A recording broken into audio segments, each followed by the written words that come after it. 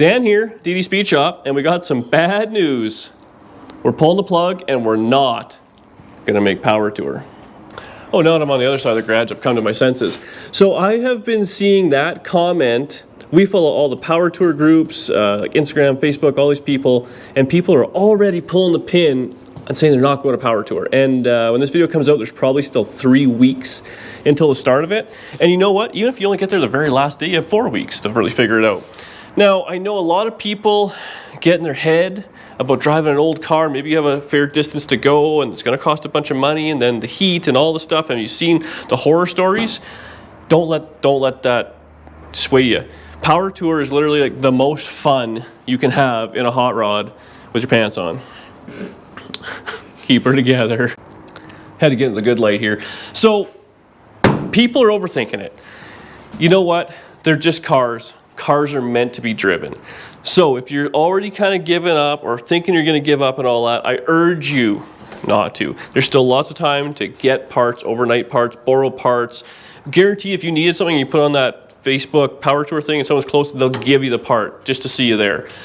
Not to mention if the car's not 100% perfect. Now, I'm not telling you to bring a jalopy, but if you have problems, don't worry. People are going to be there to help. When we went last year, we had to drive all the way down. It was 20 some hours of cruising. And I tell you what, I brought the entire garage with me. And I was panicked that we're going to be broke down. There's going to be issues and this and that. Knock on wood. We didn't have a whole lot of issues. And small issues we did have, there's people were willing to help no matter what. You pop your hood to check the oil. People are like, are you okay? You need anything? I got a fan belt. I'm like, whoa, like, we're good, man. And so don't feel like you're going to be left on your own or nothing like that.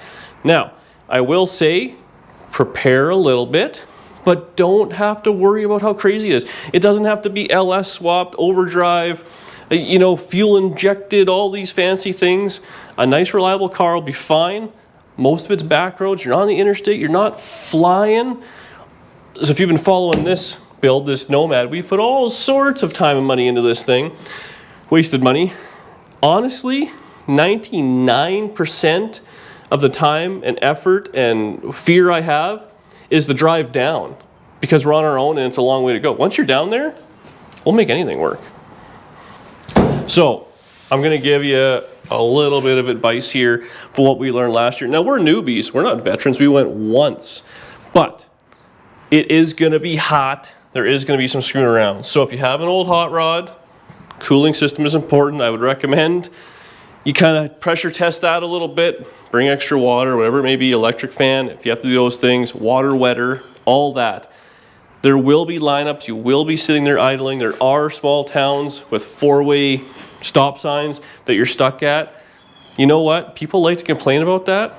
Now, the way I see that, where else are you going to see so many old hot rods that you're in a traffic jam with old hot rods? It feels like 1960 or something like that. So, I don't know. I loved it. I thought it was awesome. Where you looked, there was an old hot rod. So the cooling system is important, and your own cooling system. Cooler with ice, drinks, water. That is top notch. Maybe a little sunscreen, us fair skinned people that don't want to, Maybe a little chafing cream. Yeah. Danny has some chafing issues. We also learned last year that as much as you're going to test the cooling system of the old hot rod, you're going to test your relationship. And you got to go with the attitude of, whatever happens, happens. Last year, I think we had our own thought, we got to do this, we got to do that, we got to do these things. This year, zero agenda. That's how we're going. We're not booking hotels. We're not doing nothing. We're just going to show up, figure it out, and that's the end of it. So last year, there was a few stressful moments. We're going as a pack. We got kind of separated. Danny gave us some subpar directions, slightly off the path. And a few people hadn't following us. We were on the interstate. We got lost. But you know what? We made it. It was what it was. And then, whatever. We didn't book some hotels. We got kicked out of a hotel due to some billing issues, Canadian billing issues. We had enough money.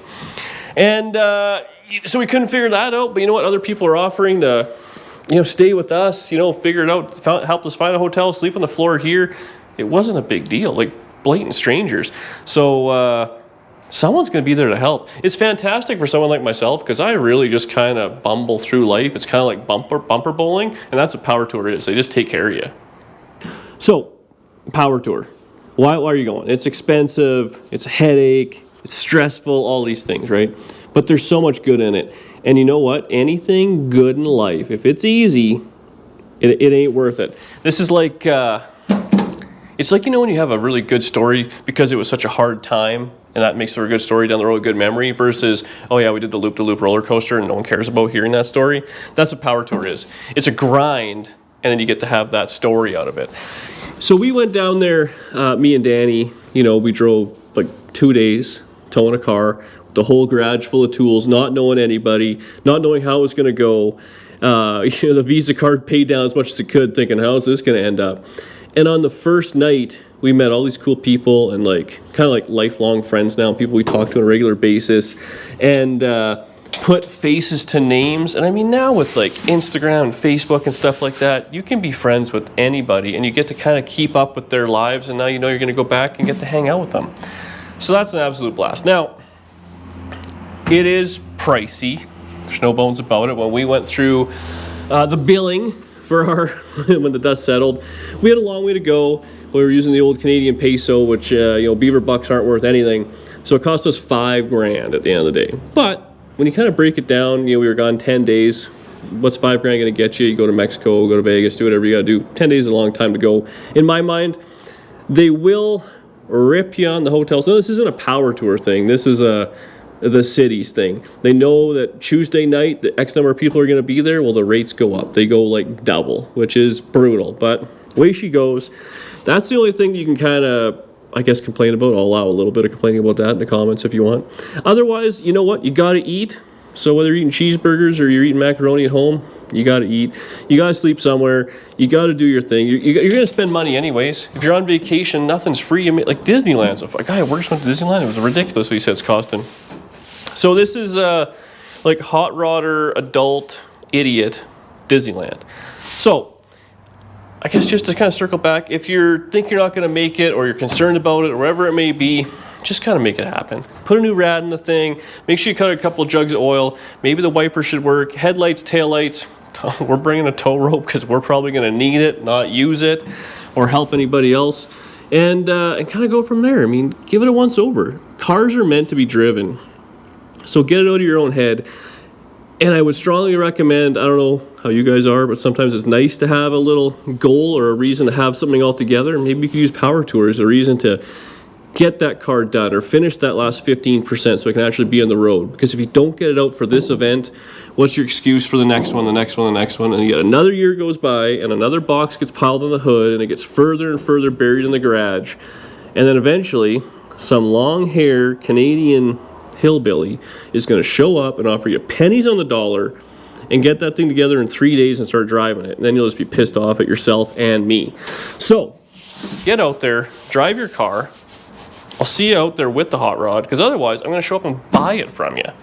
Nobody wants that. Also, I can't afford any more cars. We got a lot going on here. So please get the things on the road, and we'll see you there. If you have any advice for people that I missed, put it in the comments section, because people like to read the comments. And we'll go from there. We still got some work doing this thing. Lots of test driving yet to do. And you know what? Maybe we'll see you in an O'Reilly parking lot along the way when the motor's out of this thing. I'm nervous. I'll see you in a couple of weeks, though.